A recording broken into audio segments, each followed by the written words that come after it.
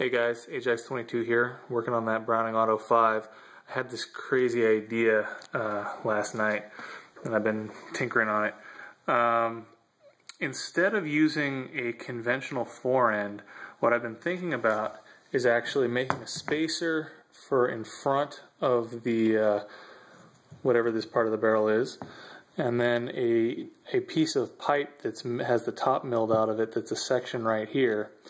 Probably use copper or brass, and then tie a 1/2-inch bar between the two.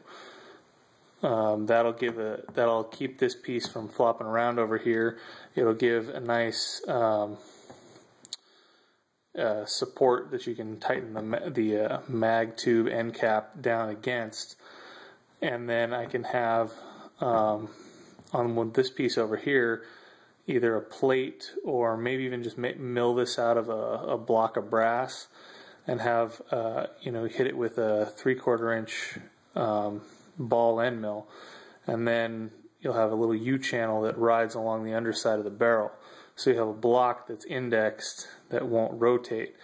And then this is just a stand-in right now. This is off my open bolt 45 Eagle carbine, but get a set of Thompson 1928 wood and then bolt that to the 1/2-inch bar that's running between the two pipes, and that either you can mill the channel on the Thompson grip all the way through and then position it kind of where you want. I think if the spacer bar runs all the way to the end, it would be sticking out about there.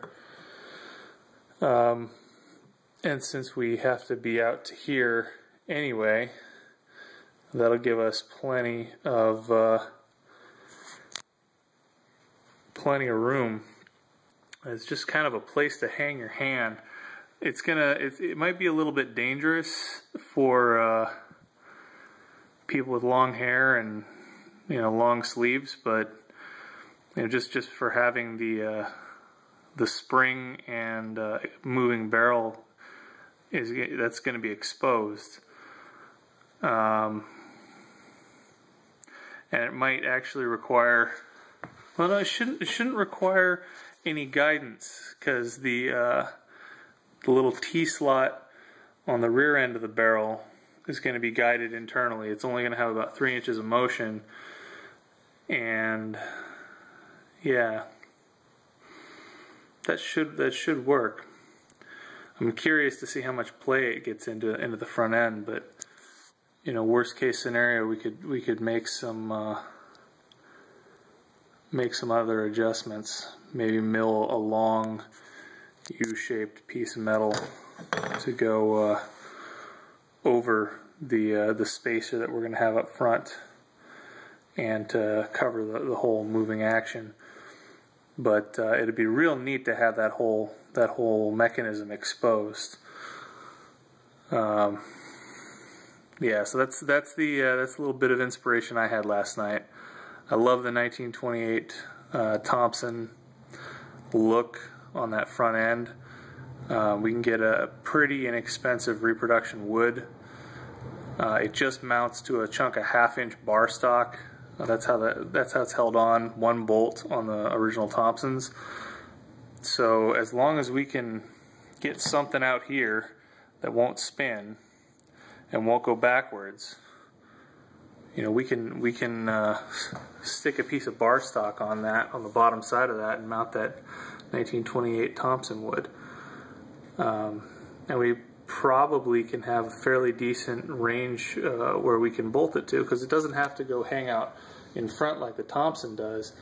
That 1/2-inch trough through it could very easily be milled through the front and hung off the rear. And if we're using that bottom 1/2-inch bar going between a U-shaped chunk of pipe back here and the spacer that we're going to make, that shouldn't rotate side to side, and it shouldn't go back, because it'll be standing off against that. It could work. I mean,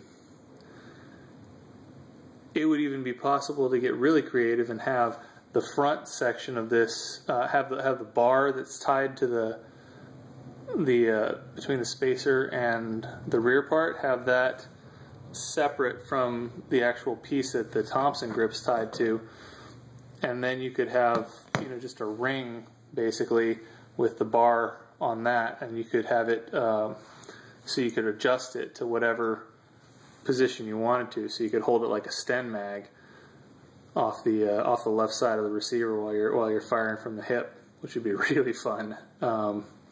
Or you could, you know, put it in the forward position, or sorry, the downward position, and run it like normal. Something right about there. Yeah, it could work. Anyway, it's late. I'm tired. I'd love to get some feedback on this idea. I think it could be really cool. So probably going to do it either way, but you know, it's not going to be something that's going to be a permanent modification to the original gun. So if, you know, we do it and it turns out that it just sucks, you know, you can always stick the original wood back on.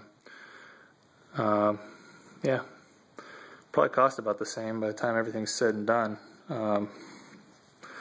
You know, material cost is going to be $30 for the reproduction front end wood. It's going to be probably $5 worth of stainless, or you know, $30 worth of brass.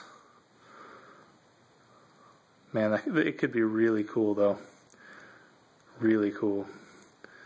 Cut the barrel to 18 and a little tiny bit, which will actually put us in the middle of one of those vent ribs. So we're going to have to mill the, we'll have to cut one of those spaces out and actually weld on, or in some way attach like a front sight to replace a portion of the segment. A little blade, I think, would be the way to do it.